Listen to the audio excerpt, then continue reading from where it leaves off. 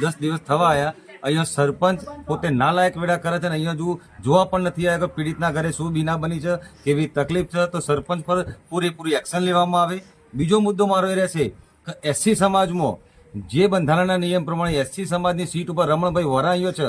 રમણભાઈ વોરા, તમારી બુદ્ધિમતી મારી ગઈ છે, તમને બુદ્ધિ નથી પોકતી, તમે એક સમાજમાંથી આવો છો, આપણા સમાજમાંથી. આજે સમાજમાં કોઈ નાનો મોટો પ્રશ્ન હોય તો હું તમારા સામે વિરોધ ના કરી શકું, ના બોલી શકું, પણ આજે આ દલિત પરિવારના યુવકને નગ્ન કરીને ગામમાં ફેરવવામાં આવ્યો. આ નાની મોટી ઘટના નથી, આ ઘટના સહી લેવાય એમ નથી.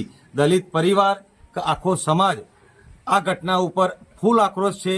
રમણભાઈ, અમે તમારું રાજીનામું માંગીએ છીએ, તમે સમાજમાં ધ્યાન નથી દોરતા, પણ આવો જ્યારે મહત્વના મુદ્દા આવે કે જ્યારે સમાજમાં નીચો દખાવાનો આવે કે ભાઈ દલિત સમાજને જ્યારે ત્યારે કચડવાનો પ્રશ્ન આવે, દલિતોને નીચે દબાવવામાં આવે, હરેક ગરીબ કુટુંબ, ગરીબ પરિવાર હોય એને દબાવવાના પ્રયત્નો થાય છે. કોઈને કોઈ